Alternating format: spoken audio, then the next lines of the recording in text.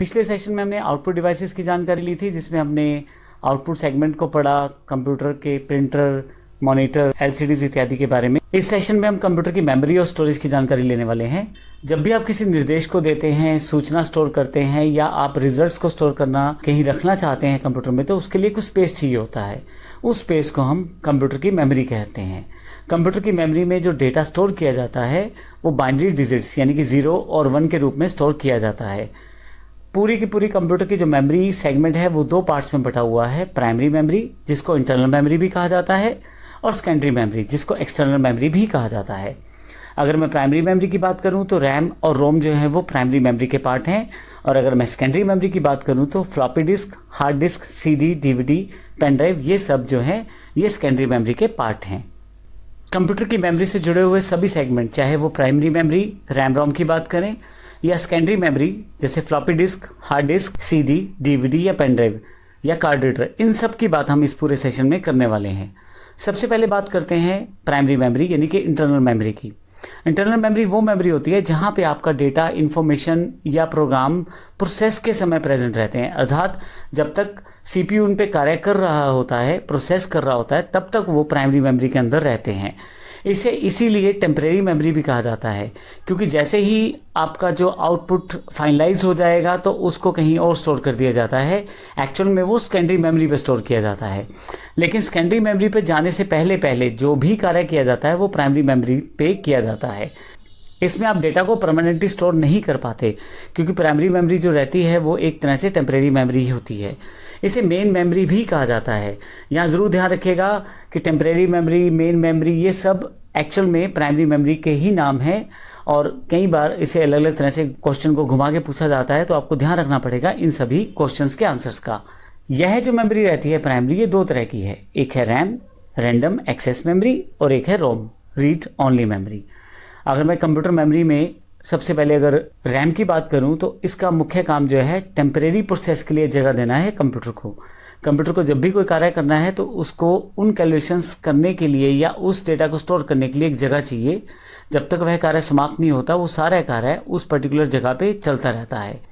वह जगह असल में टेम्परेरी मेमोरी होती है, जिसको हम रैम कहते हैं। कंप्यूटर को कहीं से डेटा प्राप्त करना है, कहीं पे डेटा देना है, कुछ कैलकुलेशंस करनी है, वो सारी की सारी उस वक्त इसी रैम में हो रही होती हैं। मान लीजिए आपने ड्राइंग करना शुरू किया, तो जब तक आप ड्रॉ कर रहे हैं, चीज़ें फाइनलाइज कर रहे हैं, रंग भर रहे हैं, वो सारा का सारा कार्य रैम में हो रहा है। जब तक आप फाइल सेव नहीं करते, फाइल सेव करने से पहले पहले सारा कार्य जो रैम में हो रहा है। लेकिन जैसे आप फाइल सेव कर देंगे, उस फाइल की एक कॉपी जो है या उस फाइल को एग्जिस्ट कर दिया जाएगा सेकेंडरी मेमोरी में।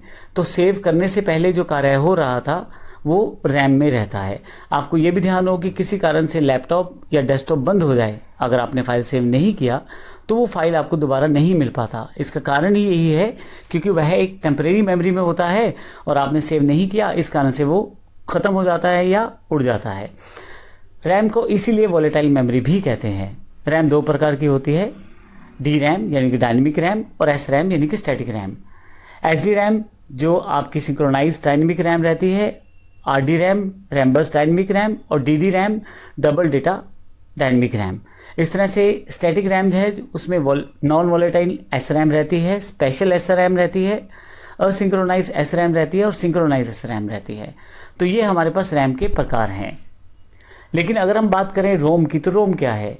एक्चुअली रोम पहले से प्री बिल्ट चिप है जो कंप्यूटर के अंदर पहले से जुड़े हुए हैं, जिसमें कुछ खास इंस्ट्रक्शंस कंप्यूटर को स्टार्ट करने के लिए पहले से ही दे दी गई हैं। इसमें अलग से कोई मेमोरी अवेलेबल नहीं होती है, अलग से कोई कार्य नहीं होता। इसमें जो पहले से फीड कर दिया जाता है उसी इंस्ट्रक्शंस को कंप्यूटर फॉलो करता है। जब आपका कंप्यूटर स्टार्ट हो रहा होता है तो वह काफ़ी सारे रिसोर्सेज चेक करता है, क्या कीबोर्ड कनेक्टेड है, क्या माउस कनेक्टेड है। इन सब चीज़ों के लिए वो रोम की मेमोरी का इस्तेमाल करता है, वहाँ पर दी गई इंस्ट्रक्शंस को इस्तेमाल करता है। इसीलिए इसे नॉन वॉलेटाइल मेमोरी भी कहते हैं। ये जो रोम के अंदर इंस्ट्रक्शन सेव रहती हैं ये परमानेंट स्टोर रहती हैं, इसको आप ना हटा पाते हैं ना चेंज कर पाते हैं, और केवल कंप्यूटर वहाँ से रीड कर सकता है, वहाँ राइट नहीं कर सकता। तो जो इंस्ट्रक्शंस हैं उनको सिर्फ कंप्यूटर फॉलो करता है जो रोम में पड़ी रहती हैं। ज़्यादातर ये जो रोम चिप्स होती है ये मैन्युफैक्चरर, जो कंप्यूटर मैन्युफैक्चरर होते हैं, उनके द्वारा ही पहले से एम्बेड करके दी जाती हैं, और इनके अंदर पहले से ही प्री लोडेड इंस्ट्रक्शंस रहती हैं। यहाँ पे अगर मैं रोम के प्रकार की बात करूँ तो programmable read only memory, erasable programmable read only memory और electronically erasable programmable read only memory, P ROM, EPROM और ई एप्रोम, ये प्रकार हैं जो हमारे पास रोम के अवेलेबल हैं। अगर हम सेकेंडरी मेमोरी की बात करें तो जब तक आप कंप्यूटर पे ड्राइंग कर रहे थे और आपने फाइल को सेव नहीं किया था, तब तक तो वह सारा कार्य रैम में हो रहा था। फाइनली आपकी ड्राइंग कंप्लीट हो चुकी है, आपका सारा प्रोसेस तैयार हो चुका है, अब आप फाइल को सेव करना चाहते हैं, तो अब उसको एक जगह चाहिए जहां पे उस फाइल को परमानेंट स्टोर किया जा सके, ताकि किसी कारण से कंप्यूटर बंद हो जाए, लाइट चली जाए तो आपको फाइल दोबारा मिल जाए। यह बिल्कुल ऐसा हुआ कि आपने एक रफ कॉपी लगा रखी है जहां पे आप अपना कार्य करते हैं, वो रैम कहलाती है, और जब फाइनली आप उस पूरे काम को सेव करके अपनी फेयर कॉपी में रख देते हैं तो वह हार्ड डिस्क कहलाती है। असल में रैम में जब तक आप फाइल सेव नहीं करते वो सारा कार्य वहाँ रैम में रहता है, परंतु किसी कारण से लाइट चली जाए तो उस बात में तो उस समय आपका डेटा लॉस हो सकता है। और जब आपने अगर एक बार फाइल सेव कर दी तो उसको जगह चाहिए फाइल सेव रखने के लिए, इसके लिए हम सेकेंडरी मेमोरी का इस्तेमाल करते हैं। सेकेंडरी मेमोरी कई तरह की है। फ्लॉपी डिस्क अब बंद हो गए हैं। प्लास्टिक की एक छोटी सी डिस्क होती थी जिसमें मैग्नेटिक मटेरियल की एक लेयर चढ़ी होती थी और ये अलग अलग साइज़ की होती थी और इसको प्रयोग किया जाता था बहुत पहले। ज़्यादा डेटा भी स्टोर नहीं कर सकते थे और कॉस्ट में भी ये महंगी पड़ जाती थी, लेकिन फिर भी आप एटलीस्ट एक जगह से दूसरी का डेटा ट्रांसफ़र करने के लिए इसका प्रयोग कर सकते थे। आजकल ये आउटडेटेड है और इसका प्रयोग नहीं किया जाता। इसके अलावा हार्ड डिस्क, यह वैसे तो एक्सटर्नल मेमोरी है लेकिन कंप्यूटर के अंदर सीपीयू भाग में कैबिनेट में जुड़ी रहती है। इसमें ही मुख्यतः सारा डेटा स्टोर करके रखा जाता है। हार्ड डिस्क मैग्नेटिक डिस्क से मिलकर बनी होती है और डिस्क के अंदर प्लेटर होता है। उसी प्लेटर में ट्रैक और सेक्टर्स होते हैं।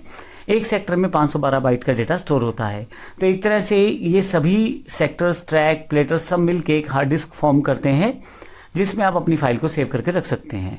परंतु किसी कारण से आपको फाइल किसी दूसरे व्यक्ति को देनी है तो बजाय हार्ड डिस्क देने के आप उसको सीडी या डीवीडी में ट्रांसफ़र कर दें। तो सीडी की जो कैपेसिटी रहती है वो 700 MB। फिर से यह है एक तरह से सेकेंडरी स्टोरेज है, इसमें आप अपनी फाइल राइट कर सकते हैं और सीडी को किसी को दे सकते हैं।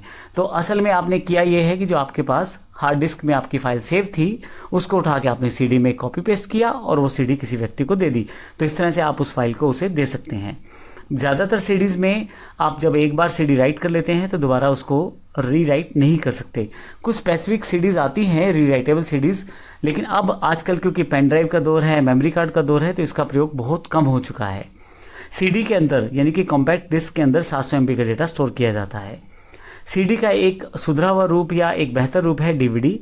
इसमें डेटा बहुत ज़्यादा आ जाता है। 4.7 GB से लेकर 17 GB तक डेटा स्टोर कर सकते हैं और इसमें अलग अलग साइज़ की डीवीडीज अवेलेबल रहती हैं।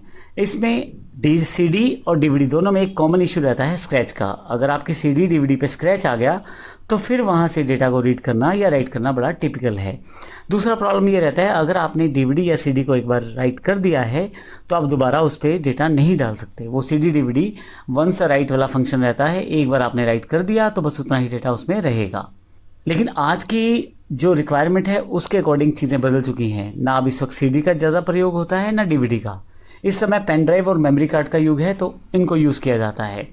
पेन ड्राइव और मेमोरी कार्ड आपको पता होगा क्योंकि पेन ड्राइव जो हम कंप्यूटर की डिवाइस के साथ लगाते हैं और मेमोरी कार्ड मुख्यतः मोबाइल्स के साथ प्रयोग किए जाते हैं। हालांकि वो कार्ड रीडर के साथ आप उनको कंप्यूटर के साथ भी एज अ पेन ड्राइव भी यूज़ कर सकते हैं। पेन ड्राइव एक पोर्टेबल डिवाइस है। इसको हम USB डिवाइस या ड्राइव के नाम से भी जानते हैं। प्लग एंड प्ले डिवाइस है। इसमें आपको केवल कंप्यूटर के साथ लगाना है और आपका डेटा आपके पास दिखाई देना शुरू हो जाएगा। और इसकी सबसे अच्छी बात है आप जितनी बार चाहे डेटा रीड करें, जितनी बार चाहे डेटा राइट करें। पुराने डेटा को उठा के आप नया डाल दें, जितना कैपेसिटी खाली है उतना डेटा आप उसमें डाल सकते हैं। पेन ड्राइव अलग अलग साइजेज में अवेलेबल होती है, जैसे 2 GB, 4 GB, 8 GB, 16 GB। 2 की मल्टीपल पावर में बढ़ती जाती है, 32 GB, 64 GB और 128 GB। अभी तक हमारे पास ये 128 GB तक की पेन ड्राइव्स अवेलेबल हो चुकी हैं। इसके अलावा 256 और 512 इसकी बहुत जल्दी ही आपके पास पेन ड्राइव्स अवेलेबल हो जाएंगी मार्केट में। तो इसकी कैपेसिटी बहुत ज़्यादा बढ़ती जा रही है पेन ड्राइव्स की। इसके अलावा हमारे पास मेमोरी कार्ड है। मेमोरी कार्ड एक प्रकार का स्टोरेज मीडिया है। असल में ये छोटा सा कार्ड रहता है बिल्कुल पेन ड्राइव की तरह, जिसमें आप वो सारे कार्य कर सकते हैं जो पेन ड्राइव में कर सकते हैं। लेकिन मुख्यतः इसका जो प्रयोग किया जाता है वो digital cameras, digital cam recorders, mobiles, MP3 players इत्यादि में डेटा रखने के लिए किया जाता है। आप मुख्यतः करते क्या है, मेमोरी कार्ड में अपने टॉपिक्स वीडियोस ऑडियोज़ को भर लेंगे और आप अपने मोबाइल में उसे देख सकते हैं। ये मुख्य कार्य रहता है मेमोरी कार्ड का। लेकिन मेमोरी कार्ड को कार्ड रीडर के साथ इस्तेमाल किया जाए तो पेन ड्राइव की तरह भी इस्तेमाल किया जा सकता है। तो इस पूरे सेक्शन में हमने देखा कि हमारे पास मेमोरीज कितने प्रकार की हैं, किस किस तरह से हम उसे प्रयोग कर सकते हैं।